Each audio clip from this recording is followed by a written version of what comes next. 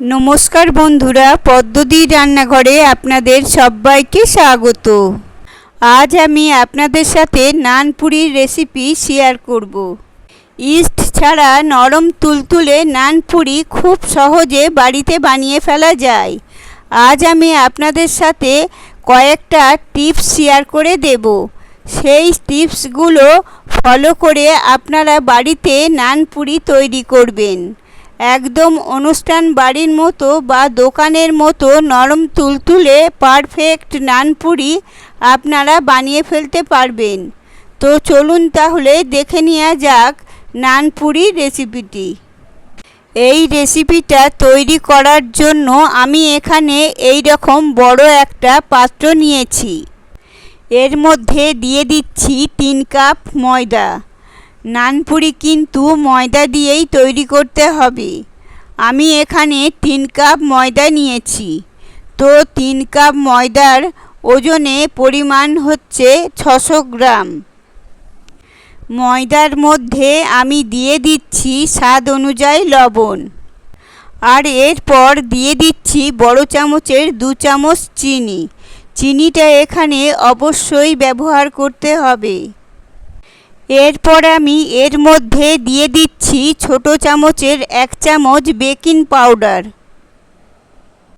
আর এর মধ্যে দিয়ে দিচ্ছি ছোট চামচের 4 ভাগের 1 ভাগ বেকিং সোডা বা খাবার সোডা। নানপুরিগুলো নরম তুলতুলে করার জন্য আর ভেতরটা একদম জালিদার তৈরি করার জন্য বেকিং পাউডার আর বেকিং সোডা এখানে অবশ্যই ব্যবহার করতে হবে। এবার এই সব উপকরণ আমি একসাথে খুব ভালো করে মিশিয়ে নিচ্ছি। এটা আমার মেশানো হয়ে গেছে। এরপর আমি এর মধ্যে দিয়ে দিচ্ছি 1 কাপ টক দই। ওজনে টক দইটার মাপ হচ্ছে 200 গ্রাম। আমি এখানে 3 কাপ ময়দা নিয়েছি। তো 3 কাপ ময়দার জন্য এখানে 1 কাপ টক দই দিতে হবে। আর রুম টেম্পারেচারে থাকা টক দই এখানে ব্যবহার করতে হবে। ঠান্ডা টক দই ব্যবহার করলে কিন্তু হবে না। এরপর দিয়ে দিচ্ছি সাদা তেল। তেলটা এখানে ময়ম হিসাবে আমি ব্যবহার করছি। আমি এখানে 3 চামচ সাদা তেল দিয়ে দিলাম। আর ময়মের পরিমাণটা এখানে খুব বেশি দিলে কিন্তু হবে না, 3 চামচেই যথেষ্ট। এবার এই সব উপকরণ আমি একসাথে খুব ভালো করে মেখে নিচ্ছি। এর মধ্যে আমি টক দই দিয়েছি। তো টক দই দিয়ে ময়দাটা কিন্তু অর্ধেকের বেশি মাখা হয়ে যাবে। তো দেখুন বন্ধুরা, ময়দাটাকে আমি মেখে নিয়েছি। এবার আমি এর মধ্যে দিয়ে দিচ্ছি উষ্ণ গরম জল। জলটা এখানে খুব বেশি গরম নিলে হবে না, একদম উষ্ণ গরম জল এখানে নিতে হবে। অল্প করে জল দিয়ে ময়দাটাকে মেখে নিতে হবে। বন্ধুরা, ময়দাটাকে এখানে খুব বেশি নরম করে মাখলে কিন্তু হবে না। তো দেখুন বন্ধুরা, ময়দার ডোটা আমার তৈরি করা হয়ে গেছে। খুব বেশি শক্ত নয়, আবার খুব বেশি নরম নয়। এই রকমভাবে আমি ডোটাকে তৈরি করেছি। কারণ এই ময়দার ডোটাকে এখন রেস্টে আমি রেখে দেব 3 থেকে 4 ঘন্টার জন্য। এই সময়ের মধ্যে ডো তো অনেকটাই ফুলে উঠবে আর অনেকটা নরম হয়ে যাবে। তাই একটু টাইট করে ময়দার ডোটাকে তৈরি করতে হবে। এবার সামান্য পরিমাণ সাদা তেল আমি ওপর থেকে লাগিয়ে দিচ্ছি। চারিদিকে তেলটাকে আমি ভালো করে লাগিয়ে দিচ্ছি। ডো তো এখন তৈরি। এবার এই ডোটাকে আমি ঢাকা দিয়ে রেখে দেব 3 ঘন্টার জন্য। কোনো গরম জায়গায় রেখে দেবেন, তাহলে দেখবেন ডোটা খুব ভালো মতো ফুলে উঠবে। আর আপনাদের হাতে যদি সময় কম থাকে তাহলে এটাকে 2 ঘন্টা রেখে দিলেও হবে। 3 ঘন্টা পর ফিরে এলাম বন্ধুরা। আমি পাত্রের ঢাকনাটা খুলে নিয়েছি। এই ডোটা এখন খুব ভালো মতো ফুলে উঠেছে।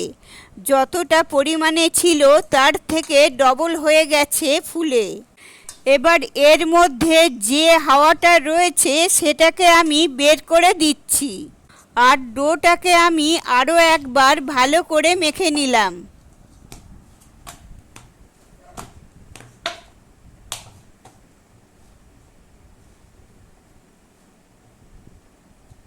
এবার এই ডোয়ের মধ্যে থেকে আমি লেচি কেটে নেব। এবার আমি এর মধ্যে থেকে লেচি কেটে নিচ্ছি। রুটি তৈরি করার সময় যেমন লেচি কাটে সেই রকম সাইজ করে এখানে লেচিগুলোকে কাটতে হবে। আর নানপুরিগুলোকে ফুলকো ফুলকো বলের মতো তৈরি করার জন্য কিভাবে লেচি কাটতে হবে সেটা আমি দেখিয়ে দিচ্ছি।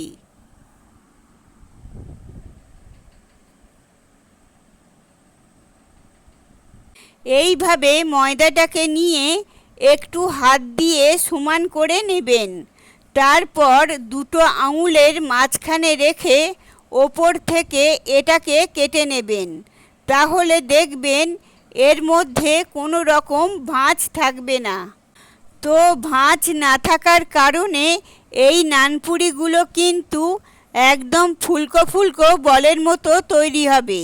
আমি আপনাদেরকে দেখিয়ে দিচ্ছি, ভালো করে দেখে নিন। আশা করি আপনাদের বুঝতে কোনো অসুবিধা হবে না।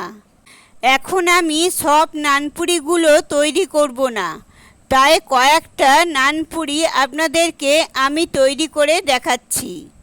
এবার নানপুরিটাকে বেলে নিতে হবে। তার জন্য আমি বেলন আর চাকির মধ্যে ভালো করে তেল লাগিয়ে নিলাম। এখানে শুকনো ময়দা ব্যবহার করলে কিন্তু হবে না, তেল দিয়ে নানপুরিটাকে বেলে নিতে হবে। এবার আমি নানপুরিটাকে বেলে নিচ্ছি। নানপুরিটা খুব বেশি পাতলা করে বেললে হবে না, একটু মোটা রেখে এটাকে বেলে নিতে হবে।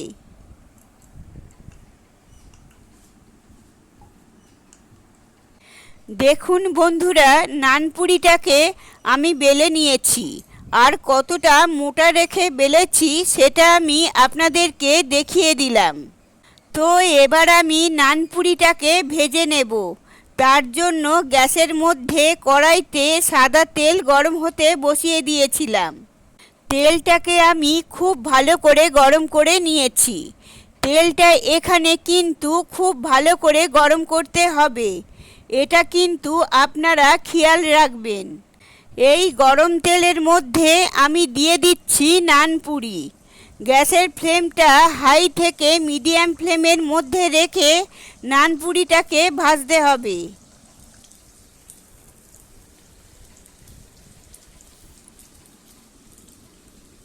দেখুন বন্ধুরা, নানপুরিটা কতটা ফুলেছে, একদম বলের মতো তৈরি হয়েছে। ঠিক একই রকমভাবে আমি আপনাদেরকে আরও কয়েকটা নানপুরি ভেজে দেখাচ্ছি। প্রত্যেকটা কিন্তু এই রকম ফুলকো ফুলকো তৈরি হবে। বন্ধুরা, রেসিপিটা আপনাদের ভালো লাগলে অবশ্যই লাইক করে দেবেন, শেয়ার করে দেবেন, আর কমেন্ট করে অবশ্যই জানাবেন রেসিপিটা আপনাদের কেমন লাগছে। চ্যানেলটা এখনও পর্যন্ত সাবস্ক্রাইব করা না থাকলে চ্যানেলটিকে অবশ্যই সাবস্ক্রাইব করে দেবেন। তো দেখুন বন্ধুরা, সব নানপুরিগুলোই আমার ফুলে উঠেছে। এইভাবে আমি সবগুলোকে ভেজে নেব।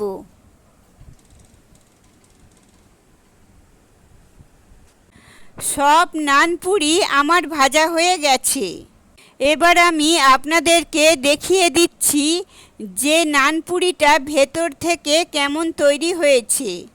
এটা খুবই নরম হয়েছে, সেটা তো দেখেই বুঝতে পাচ্ছেন। আর ভেতর থেকেও কিন্তু একদম জালিদার তৈরি হয়েছে। তাহলে আর কি বন্ধুরা, এইভাবে রেসিপিটা ট্রাই করুন।